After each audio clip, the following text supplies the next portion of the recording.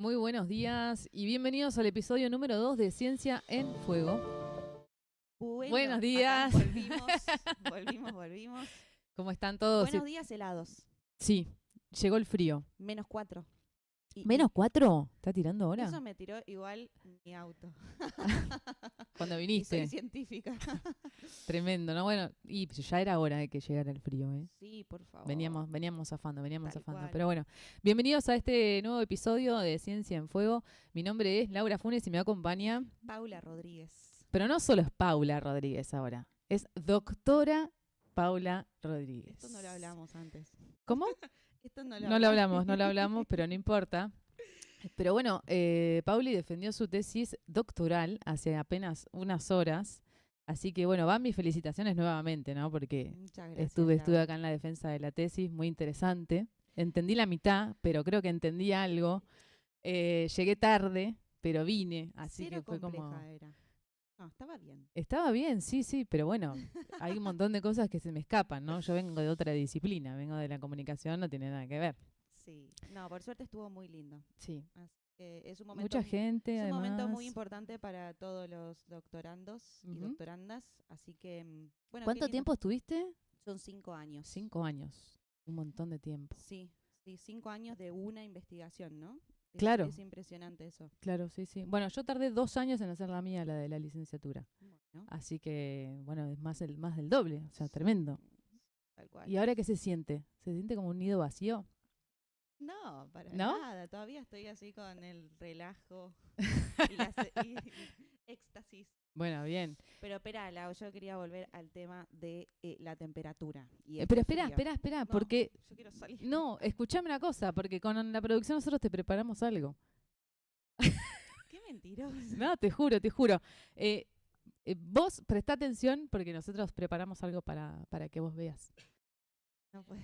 Dale, a ver. No, chicos, ¿qué hicieron?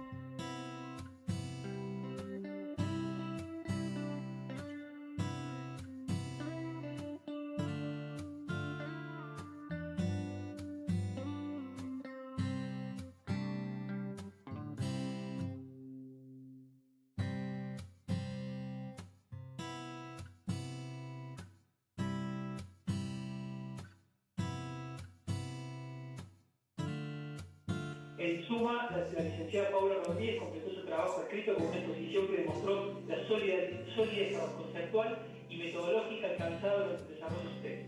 Por ello, de acuerdo con lo establecido en el artículo 30 del reglamento de la carrera doctoral de la Facultad de Ciencias Agrarias y Forestales de la Universidad Nacional de La Plata, se propone la calificación de 10 sobresalientes. ¡Bravo!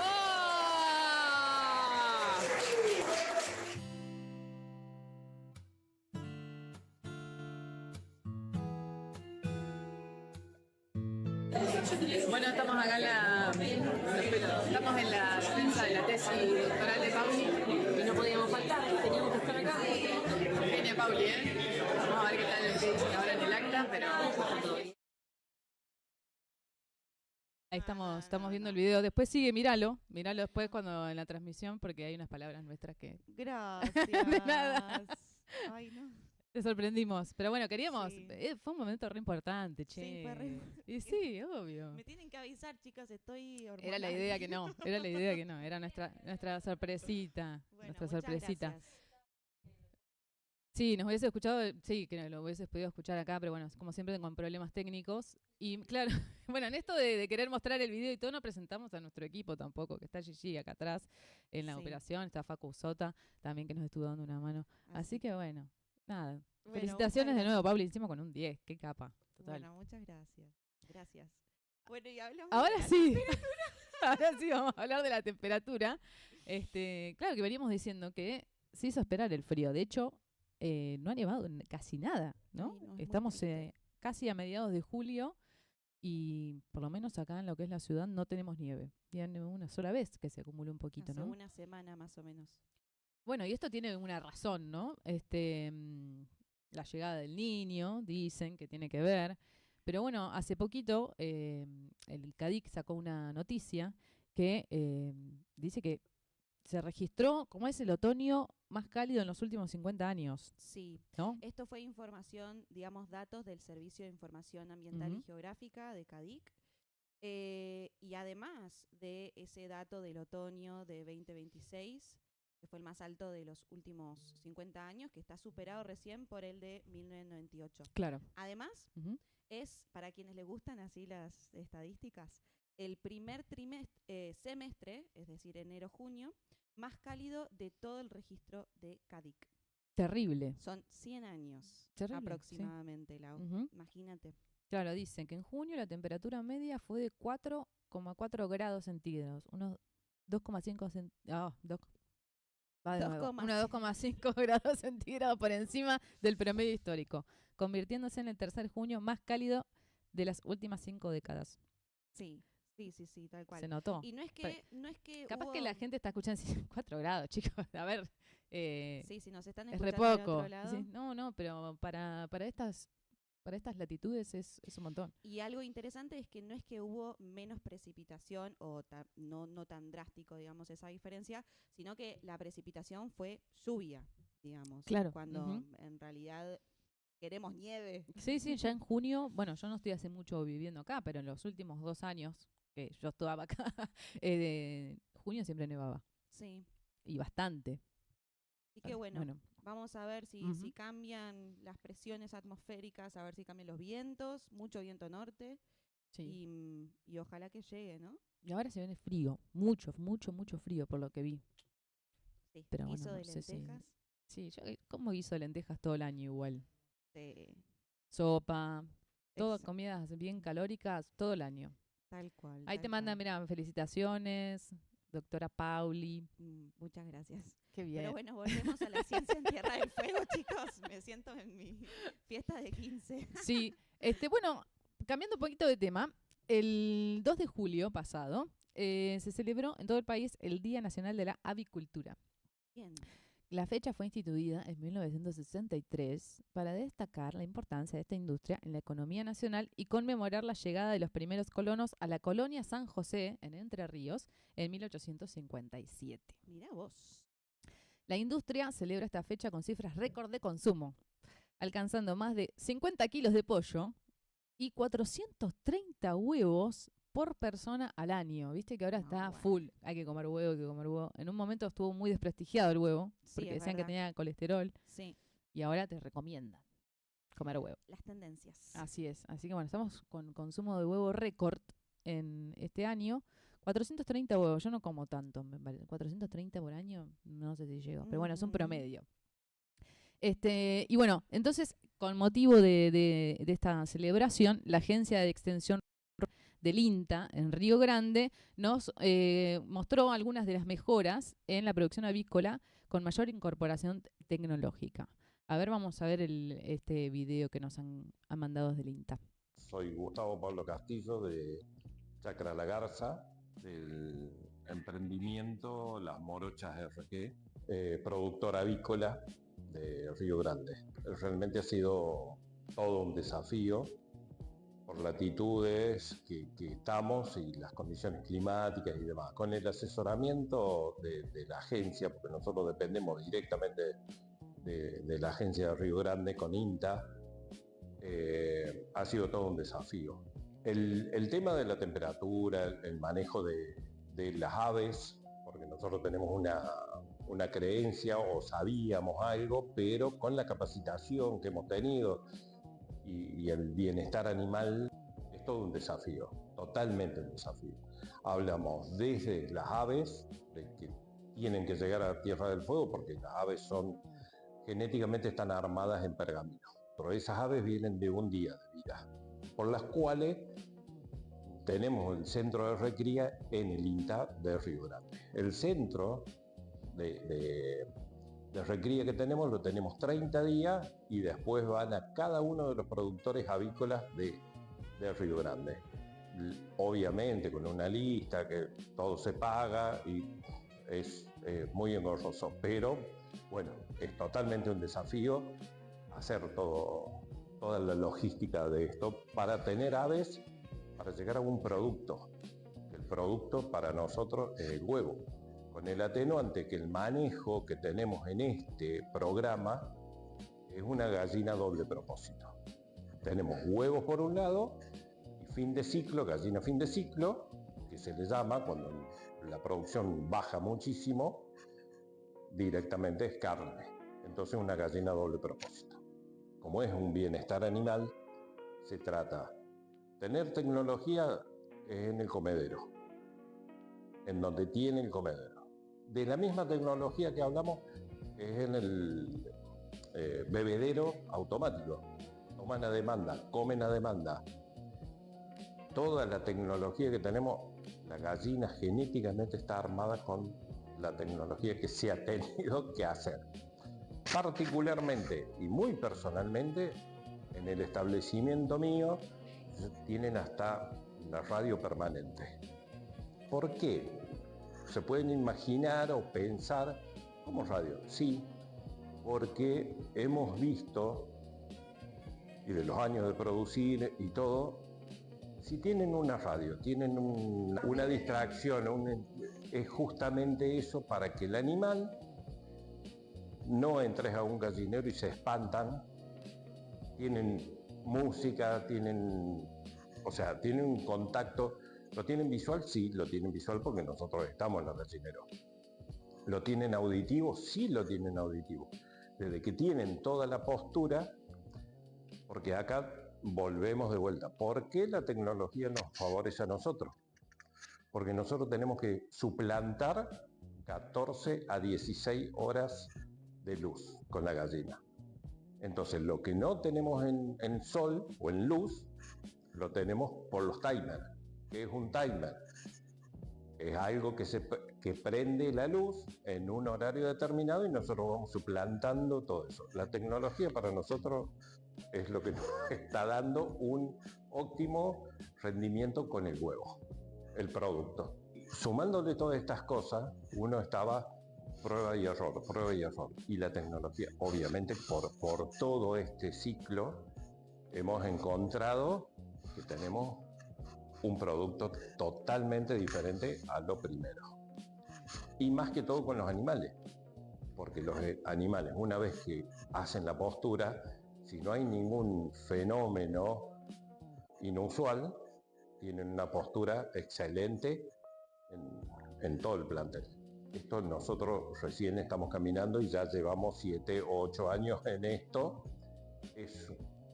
abriéndose puertas todos los días se abren puertas porque la demanda es muy grande, se tiene que apostar y todos los apostar, decimos nosotros, ¿por qué? Porque para agrandar esto es una inversión, tiempo, insumos y demás.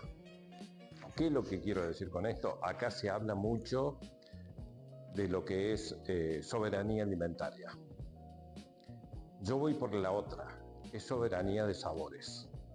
Porque una vez que uno probó un huevo hecho en Tierra del Fuego, que me perdonen los comerciantes, pero no compran más un huevo comercializado. Soy Gustavo Pablo.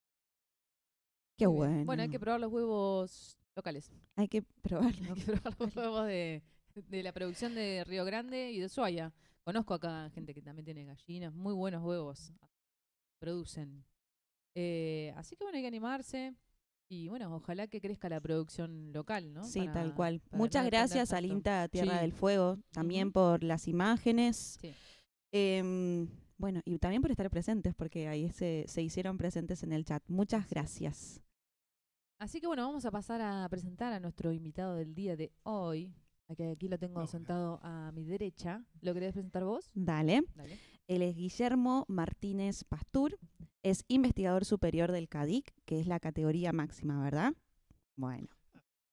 Y especialista en manejo forestal, silvicultura y conservación. Así es. Bienvenido. Bueno, muchas gracias. Un gusto estar acá. Bueno, me alegro. Bueno, recién Pauli decía, ¿no? Que eras investigador superior de CADIC CONICET. Contanos un poco, bueno, que es la categoría más alta, recién decías. ¿Cómo llegaste a esta trayectoria? ¿Cómo llegué? Sí, vivo. sí. Claro. ¿A qué costo? No, ves. CONICET es una institución que es muy verticalista, de una manera mantiene todo el esquema piramidal donde llegan arriba y hay muchos abajo. En estos tiempos, bueno, como estamos importante. Y bueno, esto es una carrera de muchísimos años. Yo vi años trabajando y con un equipo de gente que tuve suerte de darme. Bueno, y haber tenido la suerte también. En este momento no hay otro investigador. ¿En serio? ¿El único? Y lo que hace jubilar. Claro. Así que lo que el próximo paso es ¿Cuántos años quedan? jubilar. 5 años me quedan. Bueno, no, Así que falta. yo todavía y después Sí. puedo seguir. Claro. Y, también somos pocos en mi área. De hecho, en mi área solamente otro investigador superior que ya es Ricardo Villar. Ajá. Claro, porque después también, por ejemplo, Lucas Garibaldi, que está en agrarias, por ejemplo, hay como mucha más gente, pero sí en forestal. Te voy a, Lau, ¿querés acercarle también el micrófono a él? Sí, bien cerquita, ahí va. Buenísimo. Bien, bueno, qué lindo. Muchos años. Bueno, decías Arrancamos que muy no, arriba. que no eras de acá. Llegaste hace 30 años. Sí, ¿De dónde bueno, originalmente? Acá, yo soy originario, nací en Tucumán. Ajá. Y estudié en La Plata. Y después de haber estudiado en La Plata, ahí, bueno, tenía amigos de Tierra del Fuego. Y un poco entre, no digo mentiras, pero digamos historias que a veces cambian un poco la generan expectativas muy grandes. Ir acá de mochilero. Ajá. Y cuando vine de mochilero, bueno, tuve la suerte de poder conocí a alguna gente. Y después me contacté con para poder presentarme y vine a hacer mi beca y después doctorado, pude ingresar a carrera ya hace muchísimo. Claro. Guillermo, a mí me interesa saber, ¿había algún ingeniero forestal antes de que llegaras a CADIC? No, de hecho el único ingeniero forestal que estaba en CONICET antes que yo fue Ricardo Villar. Wow, mira. Yo soy el segundo ingeniero forestal. Y cuando vine acá existía un programa que se llamaba Programa de Vegetales, sí, donde había becarios. Éramos un grupo de becarios muy... Laura Richter, el Korenblit. Y bueno, esos fueron los comienzos. Y a partir de después de los trabajos fuimos tratando de incorporar gente, lograr esto, y después Vanessa y un punto de gente que fue de forestales. Y hoy ya, como ingenieros forestales acá en el CADIC, ya somos unos cuantos. Pero no solamente por forestales, porque nosotros creamos todo un espacio multidisciplinario. Hay de todo un poco. Ya, por ejemplo, tu doctora Rosina, que también hizo un doctorado conmigo, ella era licenciada en biodiversidad. sí. Así que no tenía tampoco que ver con forestal, pero que ayudó y diversificó muchísimo nuestras. ¿La ingeniería forestal se estudia en ingeniería, en la Facultad de Ingeniería o en agronomía? No, es una rama que nació desde la agronomía. Ah, ahí está. Entonces, la que estaba en el bosque, ¿no? En la facultad. Claro, lo que nosotros justamente, de hecho, en La Plata. se llama, sí. De hecho, la nuestra se llama Escuelita de Bosques y está justamente en el bosque. Eso sí, fue una rama que se creó desde los 70 más o menos. Al principio era una especialización de agronomía y después se creó como una... Este es de hecho, cuando se festeja el Día de Ingeniería Forestal en la Argentina, es cuando se recibió el primer ingeniero forestal en Santiago. Mira vos, interesante. Bueno, creo que la excusa para traerte acá al programa de Ciencia en Fuego fue porque hace muy poquito salió una noticia que se descubrió una nueva especie de araña que nunca antes se había registrado, ¿no? Y que habita únicamente en Isla de los Estados. ¿Esto es así? ¿Nos querés contar un poquito? Stop. ¿Qué pasó? Congelados. ¿Qué pasó? No, es que hay un montón de gente conectada y estoy muy contenta porque veo nombres o sea, que son del área también y muy interesados en el tema y dicen que se corta el audio de Guillermo. Bien. Entonces, creo que vas a tener que hacer como yo. Sí, sacamos. Así, parecemos Sí. karaoke. Y si podés acá mantener apretadito, ahí puede ser. Dale. Listo. Porque nosotros lo escuchamos bien, pero quizás la gente del otro lado lo escucha mal. Así que bueno, Bueno, ahí avísennos vamos, si se entonces. está mejorando ahí o no. Y si no, bueno, lean labios. No, mentira. Mentira. Con subtítulos la próxima. Bueno, ahora sí volviendo a la araña. Dale. Ok, sí.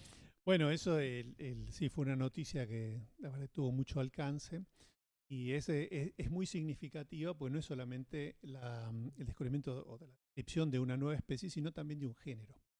Y habla de todo una filogenia, digamos, evolutiva, se distancia y se diferencia de lo que tenemos en el resto, digamos, de acá del archipiélago, principalmente acá en la Isla Grande.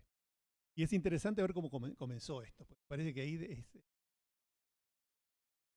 cuenta un poco el porqué también de este tipo de investigaciones en el laboratorio. Hace muchos años nosotros nos conectamos con gente del Museo de Ciencias Naturales de Buenos Aires, principalmente el grupo de Martín Ramírez, que es un grupo extraordinario que tiene una trayectoria espectacular en lo que refiere a arañas y otros invertebrados. Que él nos decía, bueno, que nosotros nuestras capturas y todo lo que nosotros hacíamos, bueno, que iba a tener un impacto relativamente pobre en lo que era taxonomía por la forma en la cual nosotros capturábamos. Y él vino acá porque él estaba muy interesado en tener una visión biogeográfica completa de toda la provincia. Entonces él estudiaba Malvinas principalmente, estudiaba Tierra del Fuego y también el sector chileno del sur, digamos la parte ahí cerca de Punta Arenas. Y bueno, cuando vino para acá, él buscando, trabajando con este tipo de grupos, y vio nuestras capturas, encontró un montón de especies que no habían sido citadas para la provincia, para la isla, pero que estaban en Malvinas.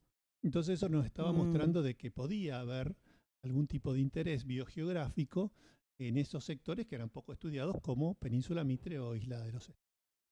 Entonces, a partir de esas charlas que comenzamos, empezamos a trabajar juntos. Y ahí organizamos una expedición donde logramos tener suerte de poder contar con el sector privado.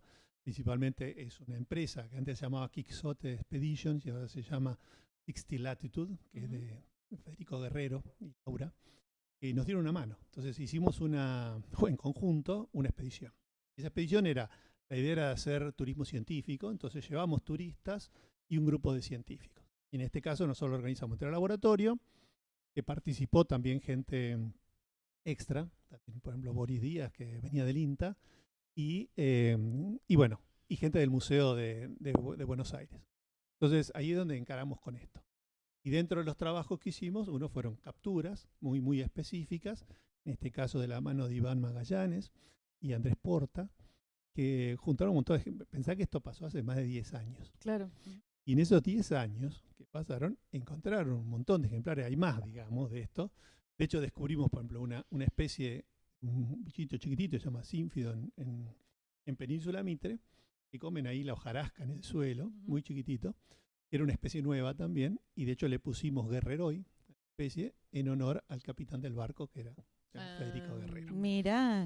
Entonces, ese fue hace un par de años. No sabía esa anécdota, buenísimo. Sí. Entonces, digamos, hacerle ese reconocimiento a Federico, porque, bueno, de alguna manera no habíamos podido hacer esto sin él.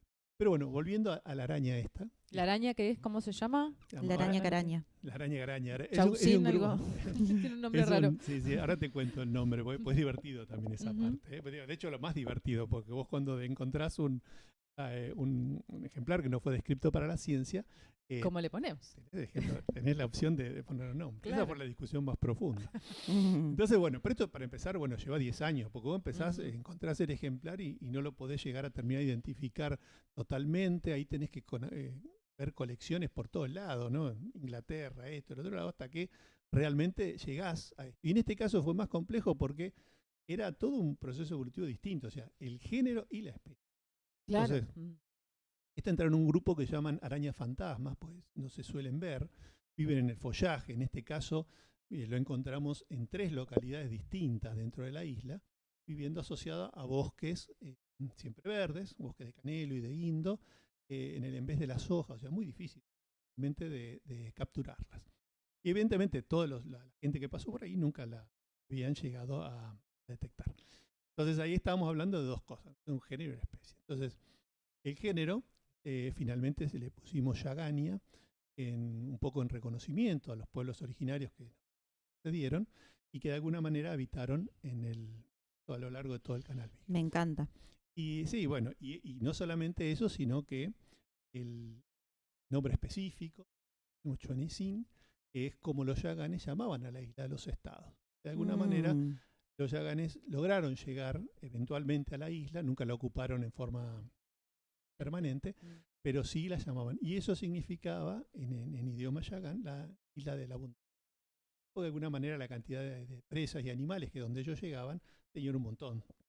Pero no dio como para que pudieran habitarla permanentemente. Así que nuestro reconocimiento en este caso de género y especie fue para los yaganes. Mira. Así que un poco es Buenísimo. eso. ¿Y es una especie específica de los bosques? No se sabe. Bueno, tal vez está como en Claro, sus bueno. incipiente, ¿no? A nivel de investigación. Y ahí es donde viene un poco, me parece que el cuento que uno puede verlo desde ahí y partir hacia otra escala, ¿no es cierto? Claro. O sea, podemos pensarlo en escalas. El encontrar un género y una especie nuevas implica de que ahí obviamente hay muchas más cosas que nosotros no tenemos idea. ¿Saben? Ujú.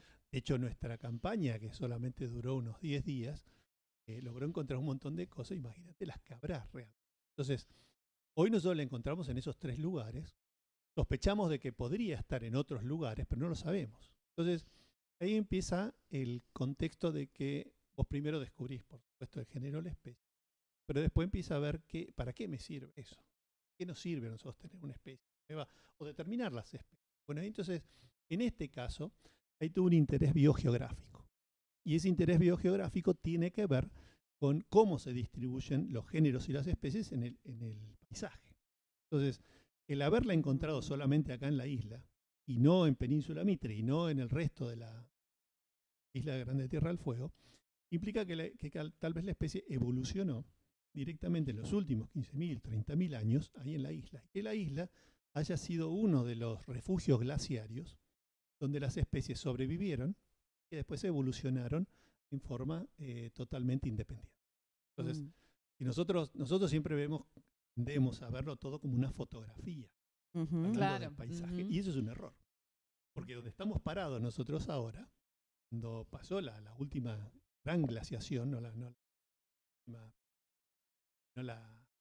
última grande, acá había 600 metros de hielo.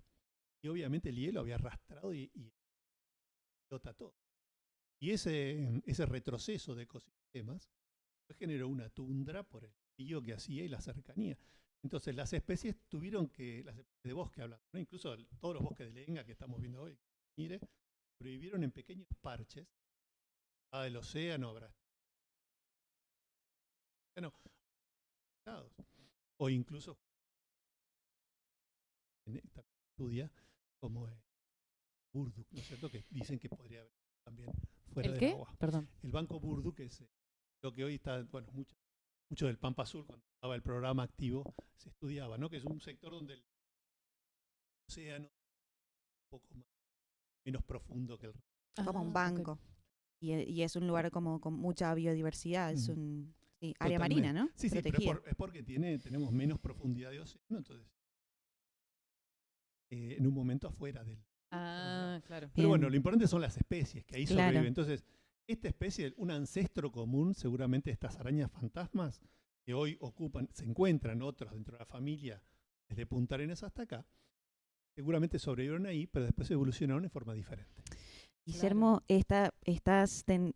adentraste a la biogeografía, digamos, y justamente el género Nothofagus es muy interesante, ¿no? Como para ese estudio. El género Nothofagus es el bosque que tenemos acá, ¿verdad? Ahí ya nos vamos como adentrando también a ese ambiente que venís estudiando hace muchísimas décadas. Y también tiene como datos interesantes de dónde más se puede llegar a encontrar, ¿no? ¿Nos podrías hablar un poquitito de eso? Sí, claro. De hecho, bueno, hoy estaban hablando un poco del clima, de los cambios climáticos o de los eventos climáticos. Cuando uno habla, por ejemplo, de género Nothofagus, es un género que es lo que llaman un género gondwaníco, que era cuando estaba el Gondwana. De hecho, en la Antártida se encuentran un montón de fósiles, Acá también es posible encontrar fósiles de notofagos o de otros géneros que eran parecidos, como los notofagites. Por ejemplo, acá había, de hecho, algunos notofagos antes que tenían una hoja muy, muy grande. Eso implica, obviamente, que el clima era muy parecido a lo que es hoy San Martín de los Andes, donde crecen, por ejemplo, el raulí, que hoy ya no existe. Ahora ese es cuando el Gondwana se separó, el género ese quedó disperso. Entonces hoy lo encontramos a los notofagos tanto en Chile y Argentina, pero también lo vamos a encontrar en el sur de Australia, en Nueva Caledonia y Nueva Zelanda, entre otros lugares. Y es fantástico. De hecho, por ejemplo, cuando uno recorre los bosques en Tasmania, unos lugares en particular, uno no encuentra solamente notofagos, sino que también encontramos un montón de plantas del sotobosque que parecían que estábamos caminando en el fuego. ¡Qué locura! Y no tienen nada. Sí. Obviamente estamos en otros lados, pero son los mismos géneros y distintas especies. Claro. Entonces, eso para empezar ya nos da una particularidad. Estamos bosques templados más australes del planeta. Sí. Porque de hecho Tasmania, que sería lo más al sur dentro de Oceanía, está a la altura de Chiloé. Estamos a los grados de latitud más al sur, cerca de la Antártida, de lo que están los australianos o los neozelandeses. O sea, no tiene una réplica latitudinal este bosque. Si vos recorres alrededor del planeta, vas a encontrar solamente Tierra del Fuego a esta altura. Eso nos da una peculiaridad muy importante y sobre todo para el estudio, digamos, de la biodiversidad y de los procesos ecosistémicos a una escala de paisaje. Entonces, ya no solamente la especie es importante, sino que tenemos que después pensar en la ecología de las especies, donde juega un papel muy, muy importante todos los. Y después de que conocemos la especie, cómo funciona y dónde vive y qué necesita, empiezan después los procesos de manejo y de conservación. Porque la pregunta es, ¿cómo podemos establecer estrategias de manejo si no conocemos a las especies que viven adentro? Entonces voy a contar una pequeña anécdota que es muy divertida. Pero bueno, cuando hemos hecho algunos estudios a escala de paisaje, hemos descubierto cientos de especies de plantas que estaban citadas para. No es que sea algo también tan raro encontrar una especie nueva, lo difícil es describirla. Pero por ejemplo, en uno de los estudios que hicimos hace algunos años, encontramos una especie que no estaba citada para Tierra del Fuego. Sí estaba citada para Malvinas y para el norte de Patagonia. Es una especie rarísima, una especie de una Santalácea, o sea, Rhagnitis uniflora. Es una parásita y aparece cada tanto. Mira. Entonces, esa especie, por ejemplo, no estaba citada para Tierra del Fuego. Y la encontramos solamente en 2 oportunidades. O sea, no es que la ves. Entonces la pregunta después es, bueno, ¿este lugar donde está solamente en esas estancias? Lo vimos en 2 estancias. O está en otros lados. Y después es, bueno, si está solamente ahí, ¿deberíamos hacer un manejo diferencial o tendríamos que digamos, nada, ¿no? Que protegerla de alguna manera? Bueno, eso es un ejemplo solamente, ¿no? Y si miramos todos los libros, obviamente, de registros, hay algunas plantas que fueron registradas solamente una vez. No se vieron ¿Cómo más. es el proceso para registrar una especie nueva? Digamos, ¿con quién te Patentes. Claro, ¿cómo te contactas con alguien que está estudiando, no sé, en el hemisferio norte? Decir, che, mira, encontré esto, ¿vos allá lo tenés? No, acá tampoco. ¿Cómo es ese proceso? Bueno, ahí donde viene justamente lo que yo te contaba, así como nosotros con el grupo de Martín Ramírez, tenemos cada vez que encontramos una araña, una cosa nueva, ahora tenemos una nueva investigadora que se llama Karina, que ingresó y que va a trabajar específicamente en ese tema. ¿Cómo es el apellido de Karina? Argañarás. Es Araña. Sí, es como ¿no? que es la Está destinada. Spider-Woman. Está destinada a hacerlo. Uno va tratando de incorporar, obviamente, recursos humanos para ir cubriendo. Vos lo que haces es prácticamente decir, bueno, che, te mando esto. Pero primero tenés que tener a alguien que pueda identificarlo. Claro. Entonces, nosotros tenemos la suerte que en el laboratorio ya hay gente que está ultra súper especializado, como Vanessa Lencinas en lo que refiere a todo lo que son los insectos y las plantas, o Julieta Benítez también, que es todo lo que refiere a las aves. Entonces, cuando vos tenés especialistas, podés ir testeando. Claro. Ahora, es muy difícil hacer lo que estamos hablando, ¿eh?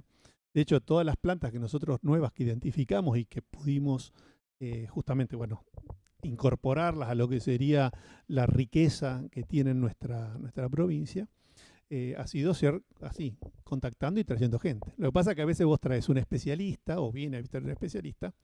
Me acuerdo de uno muy famoso que vino, se llama Foucault Boberling, que venía buscando una planta. ¿Por qué venía buscando esa planta? Porque cuando él las vio en Suiza, donde no sé dónde carajo la había visto, esa planta él decía, no, esto está mal clasificado. Entonces vino acá, nos buscó a nosotros porque decíamos, bueno, ¿dónde puede estar? Nosotros le dijimos acá o acá, fueron y efectivamente estaba ahí. Era en el norte, en la estepa, y efectivamente eran otras plantas y eran especies nuevas. Entonces, Qué locura. y ¿Que eso la había visto en Suiza? en herbarios solamente. No, lo que pasa es que los herbarios ya estaban, no es lo mismo que verlo digamos, En vivo, en en vivo, ¿no? directo, sí, claro. Entonces, bueno, yo creo que es así. Ahora, muchas veces a nosotros nos pasa lo mismo y quedamos ahí que no tenemos tiempo o capacidad de esos recursos humanos. Claro. Y ahí es donde viene otro tema, para tener en cuenta, que podríamos estar hablando, por supuesto, horas y Sí. días, que es lo que refiere a la importancia de las ciencias básicas o las ciencias aplicadas. Entonces, las ciencias básicas, la verdad que nos aportan o nos suministran esa cantidad de información necesaria para poder establecer buenas prácticas de manejo y de conservación. Entonces, si vos no tenés esa información, no sirve. Ahora, hoy por hoy se denigra a la ciencia básica cuando en realidad es quienes te están aportando esos insumos. Claro. Entonces, y eso es lamentable, pero la verdad que eso. Ahora, uno como investigador, y vos me preguntás cómo llegaste a ser investigador superior, fue por ir sorteando ese tipo de actividades y tratar de ir buscándole. Entonces nosotros hacemos investigación aplicada, pero a su vez también hacemos investigación básica para darnos nuestros propios insumos. Lamentablemente eso es lo que tuvimos que hacer. Me hubiera encantado que otros hagan esos insumos, pero los tuvimos que hacer nosotros porque las necesitábamos a eso. Y eso implicó estudiar plantas, insectos Claro, o un montón claro. de otras cosas. Y especializarse también según las necesidades, ¿no? Ujú. Porque Vane es forestal también. Sí, sí. Y bueno, y al principio tal vez estaba más con la taxonomía de plantas y empezó a haber una necesidad también de, bueno, de meterse con insectos y con cuestiones así. Y es como, a ver, hay que aprender, me imagino.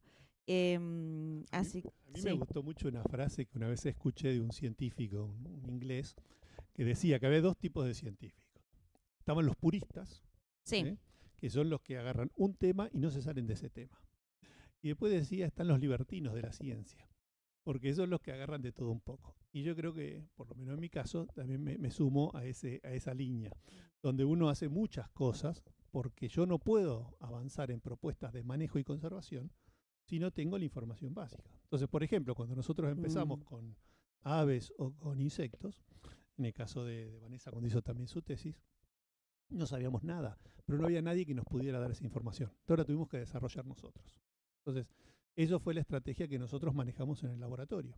Y vos vas a ver que cada uno de los integrantes nuestros no se dedican a un solo tema, sino que de alguna manera van abarcando distintos conceptos porque es la única forma después de tener las herramientas para poder llevarlo a una escala de paisaje. Entonces, Claro. ese es No, y también, bueno, una de las preguntas era cómo evolucionó, digamos, también el entendimiento de los bosques. Y bueno, ya hace unas décadas que surgió la idea, el término, el concepto de servicios ecosistémicos, que lo que hace es un poco darle complejidad a todos los beneficios, digamos, que nosotros recibimos de los bosques. Y entonces lo que vos estás como comentando de especialistas que van y que estudian las aves, que van y que estudian el suelo, que van y que estudian los insectos, y eso te da información también de el funcionamiento del suelo, el funcionamiento, digamos, de otros componentes. Entonces, bueno, nada, justamente lo que te quería preguntar es cómo evolucionó y cómo eso también afectó el manejo del bosque, digamos. Bueno, ese concepto de servicios ecosistémicos hay que verlo siempre que es lo que el hombre mira del ecosistema y que lo siente como algo valioso, ¿no? Entonces, pueden ser monetarios o no monetarios, Sí, pero siempre es desde el punto de la visión del hombre. claro. Entonces, ahí donde nosotros muchas veces tomamos el concepto de servicio ecosistémico para poder sumar a la sociedad, pero muchas veces no lo incorporamos totalmente porque también nosotros queremos incluir a otras cosas, como la araña fantasma de la isla de los estados. Claro. Entonces, Por ejemplo, ahí es muy difícil a veces conseguir dinero específico para sostener una especie, salvo que sea el oso panda. Pero sí, sí, tiene que ser carismática. Imagínate, araña fantasma. Bueno, queremos fondos para conservarla. No, gracias. Y encima no la ves. Vas al bosque y no la Claro. ves porque es fantasma. lo que... De hecho, a mí la mayor pregunta que me hacían era si la araña era venenosa o no. Bueno, pero volviendo al concepto de servicio ¿Es ecosistema. venenosa o no? No, Ah. de acá no tenemos muchas especies que sean... Ah, ok. Todo sean es dramáticas. inofensivo. Claro. Vos vas al bosque acá y no te Todo- puede suceder Todos de la nada. mano, vamos juntos. Tal cual. Más o menos. Bueno, el cuento entonces, volviendo a ese concepto de servicio ecosistémico, es que a vos te permite establecer estrategias que favorecen a distintos sectores. Tanto, por ejemplo, el dueño de un establecimiento rural, donde vos podés darle más peso a determinados servicios, como pueden ser los servicios de provisión, no sé, la carne, la madera o lo que fuera. Y otras veces vos podés darle más peso a los servicios culturales o servicios de soporte, como pueden ser a la gente que vive en las ciudades, pero que usan el campo indirectamente. Entonces, eso es lo potente de lo que es servicios ecosistémicos como concepto. Y que además te permite establecer estrategias, pues las estrategias son mantener los servicios o incrementarlos para las generaciones futuras.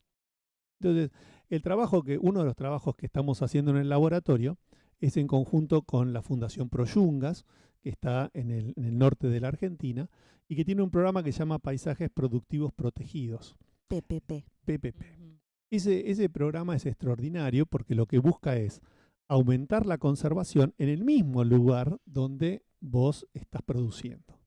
Porque una estrategia que ha fracasado, no solo acá en la Argentina, sino en el planeta, es lo que se llama land sparing, que sería apartar un sector y sacar la producción de ahí, que sería, por ejemplo, la creación de los parques nacionales. Entonces nosotros acá tenemos un parque nacional donde lo que está dentro está tremendamente protegido, pero lo que está afuera está totalmente desprotegido. Claro.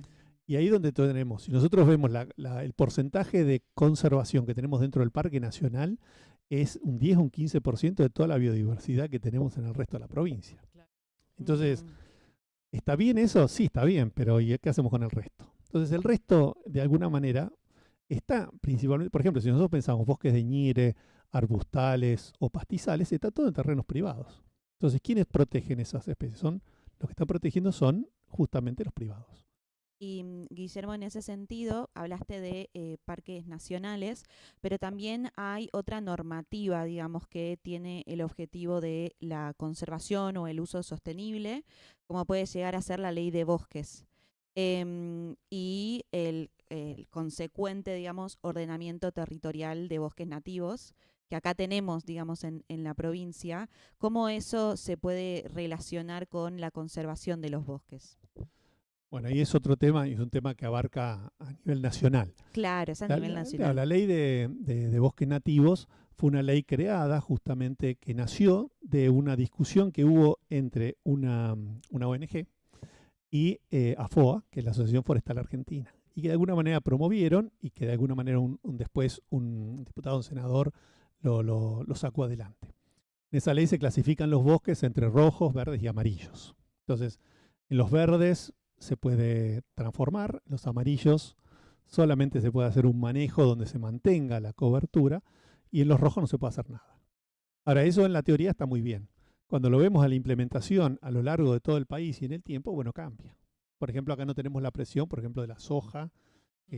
Claro, la deforestación no como es- tal. Claro, pero tenemos deforestación. Sí, los acá también. capados. Y tenemos deforestación también.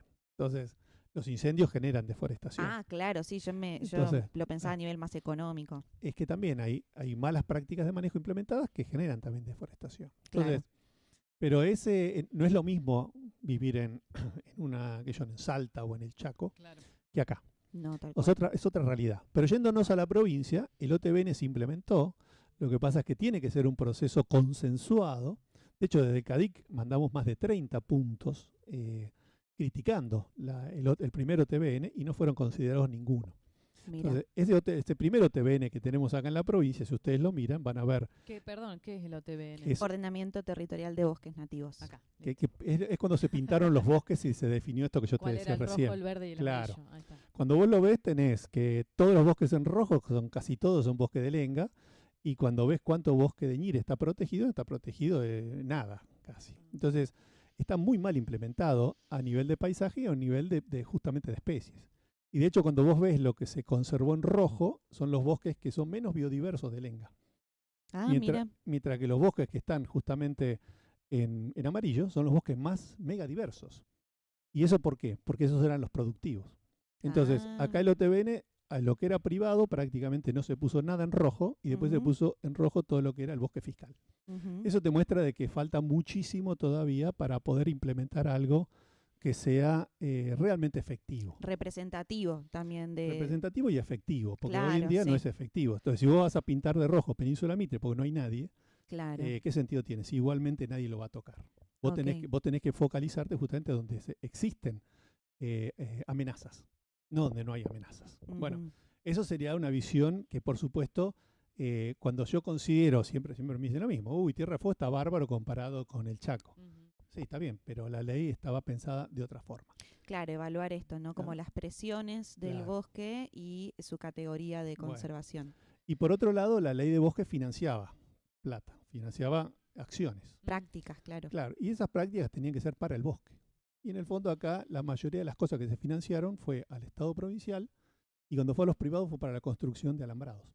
Claro. Y eso no es conservación, eso es manejo ¿Cómo de la ganado. construcción de alambrado? Ah, Eso es manejo de ganado. claro. Claro, No, que no- puede igualmente, bueno, no era no para vamos a separar, entrar no ahí. era para separar bosques, sino era para separar potreros y no para separar bosques en rojo. claro. Entonces, bueno, pero esto es otro tema, me parece Sí. que va. Pero eso igualmente es, a mi juicio, son las políticas que de alguna manera tienen que basarse después en estas herramientas que estamos hablando Claro. de conservación. Entonces, Bueno, y me imagino entonces que todos los antecedentes que fueron como acumulando a lo largo de los años es muy valioso justamente como evidencia para las políticas públicas. de hecho, si lo ves desde el punto de vista del privado, no es que el privado no quiera conservar, es al revés. Vos cuando hablas, por ejemplo, en este caso hay 3 PPP privados en este momento, uno en Estancia Pirinaica, uno en Estancia El Roble y un tercero en Estancia San Pablo, que suman cerca de 50.000, 60.000 hectáreas. Y también hay un PPP provincial, donde se sumaron todas las reservas forestales de producción, que suma 190.000 hectáreas. Mira, Entonces, en este momento, Tierra del Fuego es el único que tiene un PPP de este estilo, junto con el gobierno de Tierra del Fuego, que lo firmó el gobernador hace unas cuantas semanas. ujú, Y dentro del punto de vista privado, ellos son los que quieren de alguna manera conservar, no es que le están imponiendo. Entonces, la ley a veces te habilita a poder hacer muchas más cosas de lo que hacen. Y el manejo que se hace hoy acá es un manejo muy extensivo y que de alguna manera, volviendo un poco al concepto, son los privados los que están conservando in situ y no es el Estado muchas veces el que solamente hace conservación. Por eso es que es importante pensar en esto. Pero para esto primero tenés que darle herramientas. Entonces ujú. ahí es donde el CADIC, por lo menos estamos jugando ese rol de poder brindar las herramientas, poder brindar la información, pero nunca le decimos, por supuesto, a nuestros colaboradores qué es lo que tienen que hacer, sino que son ellos los que deciden qué hacer. Vos le sugerís. Nosotros damos la información Ujú. y esa información ellos después la usan. Claro. Entonces, esa me parece que es la estrategia más importante. Por supuesto que esto lo hacemos también en conjunto con un montón de otras instituciones, como el INTA, como la Universidad de La Plata, la Universidad de la Patagonia Austral y muchas otras que colaboran junto con nosotros. Pero es muy difícil igual hacer todo esto, pues no es tan fácil. Obviamente, No, tal cual. yo creo que las estancias que quieren hacer, por supuesto, bien las cosas, se fijan un poco en su propia historia, en las cosas que sucedieron a lo largo de 100 años, y después cómo replantearse hacer esto en soledad muchas veces hacia el futuro. Y ahí es el rol de Proyungas que viene a dar un marco para esto y poder brindarles un asesoramiento y una ayuda y sobre todo una visibilidad para poder encontrar nuevos mercados a aquellas empresas y sectores que se asocian o de alguna manera quieren entrar en este programa. Ese programa implica justamente que hagas buenas prácticas de Claro. manejo y de conservación, y que vos demuestres que lo haces. Bueno, Claro. ahí está el rol. Sí, porque eso se valora luego en el mercado, ¿no? Hoy por hoy. Claro, sí. tienen- Si te querés, por premian. ejemplo, ingresar Mm. al mercado europeo, bueno, ahí tienes estándares muy altos. Incluso Tierra del Fuego tiene como muchas ventajas en el sentido sanitario y en el sentido de lo que comen las vaquitas, Claro. que son pastizales naturales o tal vez naturalizados.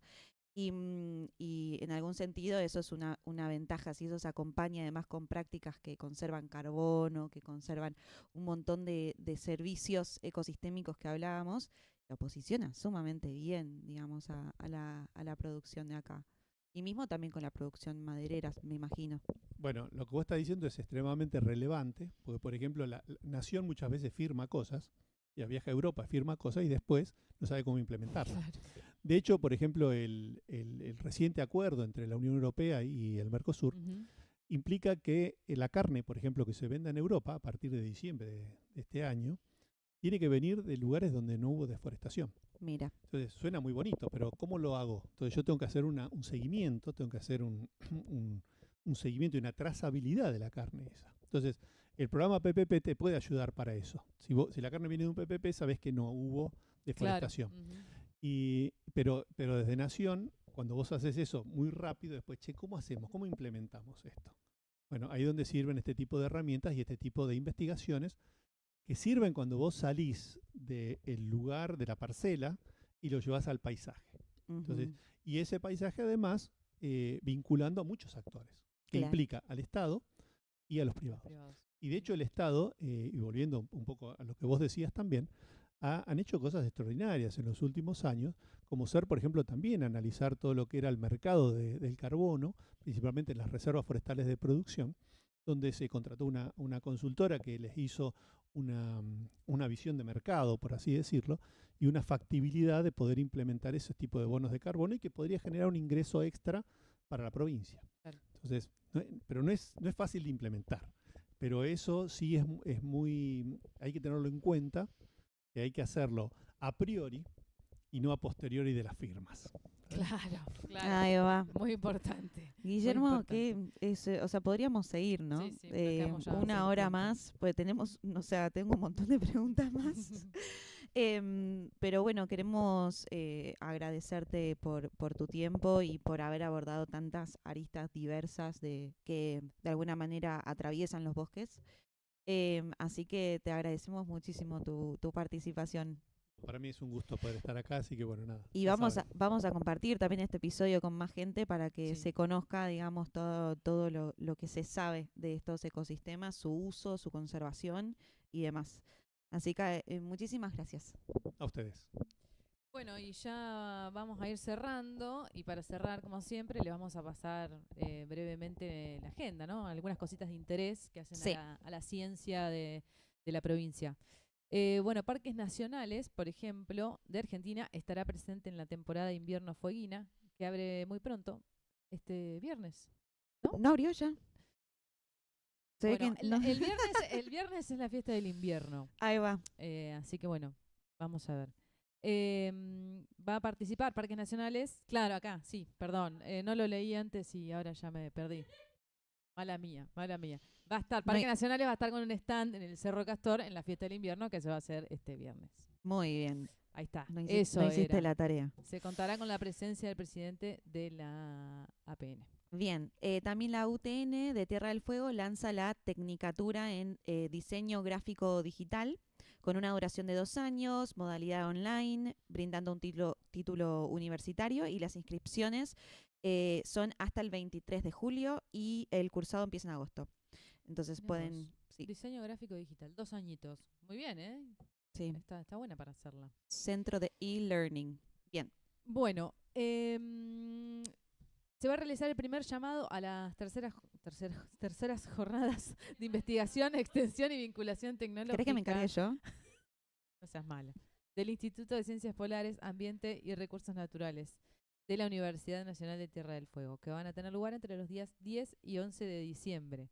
O sea, van a ser a fin de año, pero se está haciendo el llamado, digamos, para que la gente se inscriba. ¿Y hasta cuándo se pueden inscribir? Hasta el 1 de Agosto, yo te ayudo. Agosto del 2026. Entonces, pueden fijarse en el Instagram o en cualquier plataforma del ICPA, un TDF, Sí. y averiguar un poco más cuáles son las bases para inscribirse. Y por último, el Consejo Interuniversitario Nacional lanzó la convocatoria del 2026 de las becas estímulo a las vocaciones científicas y están, escuchen, estudiantes de grado que quieran dar sus primeros pasos en investigación en universidades públicas. Bueno, la convocatoria para estas becas estará abierta del 6 de julio al 12 de agosto y para postularse es necesario tener al menos 50% de las materias aprobadas, un promedio mínimo de 6 puntos incluyendo aplazos y no haber recibido previamente una beca de este tipo. Entonces pueden fijarse en el Consejo Interuniversitario Nacional y aplicar, ¿no?, para estas becas que necesitamos también jóvenes con vocaciones científicas. Bien, o sea que si estás estudiando ya podés ingresar, ¿no? Sí, la Tenés que tener la uni. mitad de la carrera dentro. Exactamente. Bueno, hay que aprovechar, hay que aprovechar. Bueno, hemos llegado al fin de este episodio número 2 de la temporada 2 de Ciencia en Fuego. Ahí nos estuvieron dejando algunos comentarios, se cortan, se escucha bien, pero más allá de eso también nos dijeron que estuvo muy interesante este programa y ahí dejaron varios aplausos. Sí. Así que bueno, muchísimas gracias por estar del otro lado, suscríbanse a este canal, Ciencia e Innovación, a IFTDF, Likeen. síganos en las redes, a nosotros, a CADIC, nada, ¿no? Para que nos sigan y sigan todas las actividades que llevamos adelante, no solamente esta. Exactamente. Así que bueno, nos vamos a encontrar. ¿Cuándo es el próximo? En 2 semanas. En 15 días. El 20. No hagas 18. cálculo. No hagas cálculo, que lo haga la gente, que abra el calendario. 22. Bueno, muchísimas 23. ¿Cuándo es? muchísimas Por ahí. gracias por estar, por participar, por dejar su cariño en el chat y nos vemos en el próximo episodio de Ciencia en Fuego. Chau, chau. Adiós.